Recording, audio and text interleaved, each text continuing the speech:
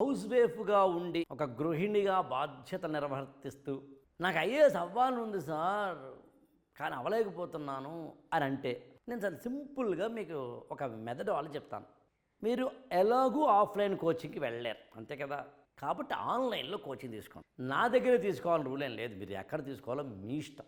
June 1 నా birthday. June 1 నా birthday సందర్భంగా హౌస్ వైఫ్స్కి ప్రత్యేకంగా ఒక బ్యాచ్ పెడుతున్నాను. దాని డీటెయిల్స్ మీరు 8897826108కి ఫోన్ చేయండి. బట్ ఎక్కడో ఒకడ ఆన్లైన్లో కోచింగ్ తీసుకోండి. ఒకవేళ కోచింగ్ కుదరకపోతే మెంటరింగ్ తీసుకోండి. చిట్కా నెంబర్ 2, ఎప్పుడైనా గుర్తుంచుకోండి, హౌస్ వైఫ్స్ కానీ ఎంప్లాయీస్ కానీ తక్కువ టైం ఉంటుంది కాబట్టి మీరేం చేయాలంటే ఎక్కువ మెటీరియల్ మీద ఆధారపడాల్సి ఉంటుంది. నేను ఈ ఏడాది జూన్ 1 నా బర్త్డే సందర్భంగా ఒక క్లాస్ వింటారు కదా మీరు, అది నోట్స్ రాసుకోవాలి కదా. మీరు నోట్స్ రాసుకోవాల్సిన అవసరం లేకుండా ఆ నోట్స్ని నేనే రాసివ్వడం అనే ఒక కొత్త ప్రయోగం చేస్తున్నాను. అన్ని క్లాసులకి కాకపోయినా ఎక్కువ క్లాసులకి పోని, చాలా మంచి ప్రయోగం అది.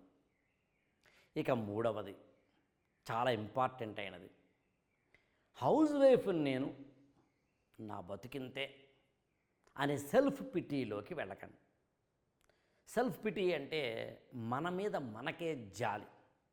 మన మీద మనకే జాలి అంటే అర్థం ఏంటంటే మనం ఒక అగాధంలోకి ఊబిలోకి మనల్ని మనమే తోసేసుకోవడం, మనమే నెత్తి మీద మనమే ఒక 100 కేజీల బరువు పెట్టుకుని కిందకి అధపాతాలని పడిపోవడం, అంటే పక్కడు తోయక్కర్లేదు. అందుకని మిమ్మల్ని మీరు ముందు గౌరవించుకోండి. మీ శక్తియుక్తులు సామాన్యమైనవి కావని గుర్తుంచుకోండి. చాలామంది ఎలా చెప్తే ఏమంటారంటే ఐఏఎస్ అయిపోతామా అన్న, ఐఏఎస్ అవ్వకపోతే ఏదోటి అవుతాం, చదివితే అవుతాం, ఏదోటి అవుతాం.